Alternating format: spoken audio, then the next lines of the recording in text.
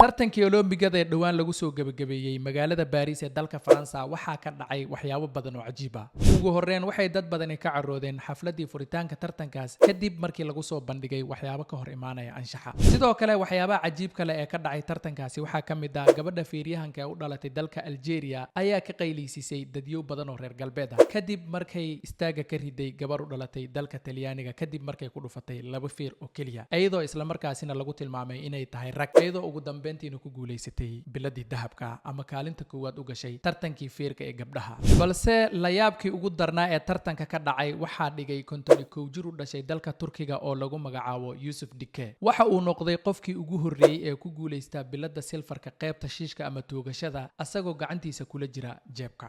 Sidoo kale ninkan waxa uu xirnaa xilliga uu ka qaybgalayay tartanka maaliyad iska caadi ah, yacni dhar iska caadi ah ayuu xirnaa. Waxa kaloo cajiib ahayd ninkan ma uusan xirnayn xilliga uu ka